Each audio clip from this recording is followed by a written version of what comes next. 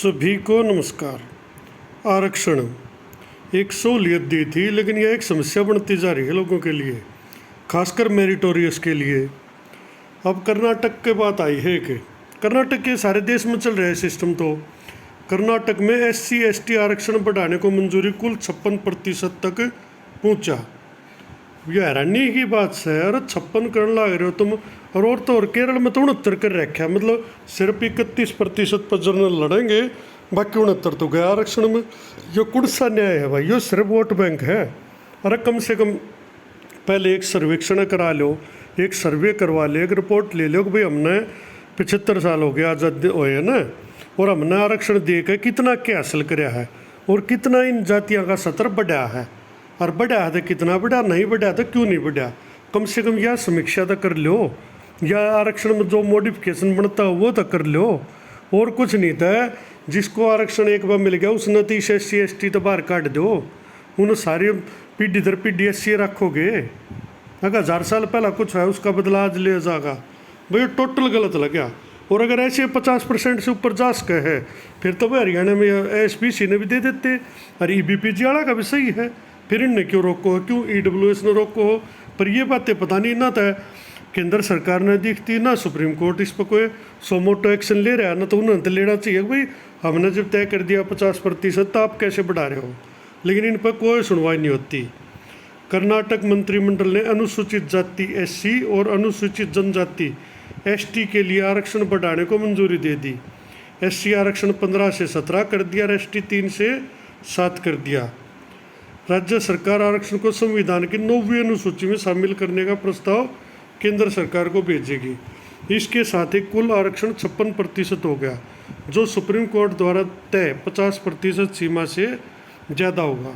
कर्नाटक ने तमिलनाडु का हवाला देकर इस पर बढ़ाने का प्रस्ताव बनाया। तमिलनाडु में आरक्षण 69% है।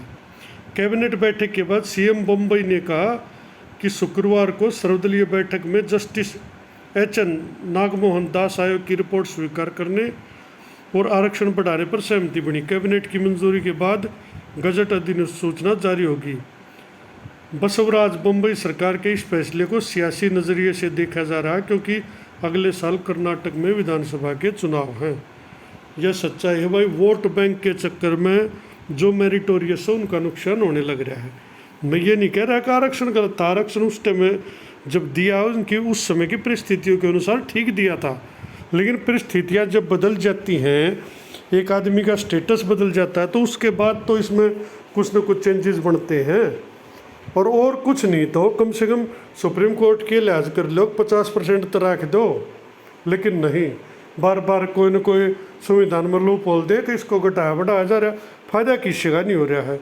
और जिनका भला फिर 75 साल में नहीं हुआ, उनका आगे कितने साल में होगा भाई? 2 पीढ़ी ने आरक्षण मिल लिया, बाबू ने मिल लिया, छोरे ने मिल लिया, और ईब कितने एक दिन तक मिल लगा। बल्कि मेरा तो सुझाव ये है भाई, SC/ST में देखो या BC में जिसको एक बार आरक्षण मिल गया उसके बच्चों को जनरल बना दो। सीधी स्पष्ट बात है बिल्कुल। उसके बच्चों को जनरल बना दो, मुद्दा खत्म, ताकि जो बाकी SC हैं और ST हैं उनको फ़ायदा मिले। ये उनकी जब मेरिट बने हैं तो SC के वे बालक आगे लकड़े हैं। सच्चाई है रिया। जिनके बब्बू अच्छे बढ़िया पोजीशन में थे वो श्याम दाम दंड भेद किसी भी तरह से उस मेरिट में वे आ जाए हैं। और जो बेचारा रियल में गरीब है, आज भी है गरीब, मैं ये नहीं कहता, SC में भी गरीब है, ST में भी, BC में भी है, और जनरल में भी बुरा हाल है। पंडित जिया का, बथेरे जट्टा का, और जितनी जाति हैं सबका बुरा हाल है। जनरल में के कौन है? जनरल में भी है। तो आर्थिक वाला तो कुल मिलाकर सही बनता है, लेकिन इस पर थोड़ा हवाई सोचने की आवश्यकता है।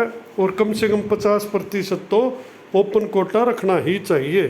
और आरक्षण EWS वाला भी दो हो तो 50 के अंदर ही दो, क्योंकि उसमें SC/BC भी तो EWS में आए हैं। जो क्रीमी लेयर में आगे BC में थे, EWS में फाइट करे हैं। तो भाई कुल मिलाकर बात यह है, ये कोटा 50% तो जनरल का रहना ही चाहिए। इस विषय में आपका क्या मत है वो बताइए। क्या 50 से ऊपर आरक्षण जाना चाहिए? भाई मैं तो अपनी स्पष्ट राय हूँ, कम से कम 50 तो ओपन कोटा रहना दो। ये तो रहना चाहिए, इसमें तो कोई छेड़छाड़ नहीं करनी चाहिए।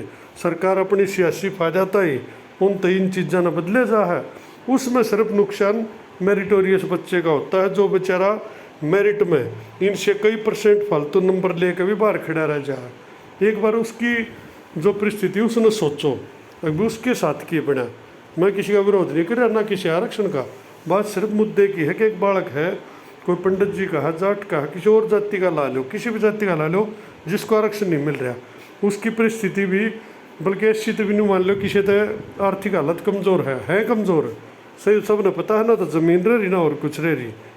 और रोजगार ने सोचो भाई किसी तरह रोजगार मिल जाए, अच्छा धंधा करने की सोचा है, 50-40 लाख के नीचे धंधा कौन चलता, जब को सोचा ना मैं कर लूँ ना, कुछ नहीं चलता भाई। वो 2-4 साल में नुकसान और करके बैठ जा, हाँ मोकड़ा पीसा हो, फिर कोशिश करी जा सके है बिजनेस की भी। लेकिन जो परिस्थितियाँ हैं उनमें बिजनेस भी नहीं चल रहा है फिलहाल, किसी का मंदी ही ज़्यादा ही है। तो कुल मिला के बात ये भाई, सब कोशिश यह कर रहे हैं भाई, पढ़ लिखे हैं बालक, कोचिंग सेंटर में पढ़े ना, लाइब्रेरी में बैठे रहे सारे दिन, तो वो न्यूनता अपेक्षा कर रहे हैं कि हमने मेरिट में आना चाहिए। लेकिन ऐसे आरक्षण बढ़ता रहा और उनकी सीट घटती रही, तो पढ़ाई का फ़ायदा क्या रहेगा। तो इस विषय पे भाई अपनी राय भी देना। बाकी बात अच्छी लगी हो तो चैनल को सब्सक्राइब करो, लाइक शेयर करो। धन्यवाद।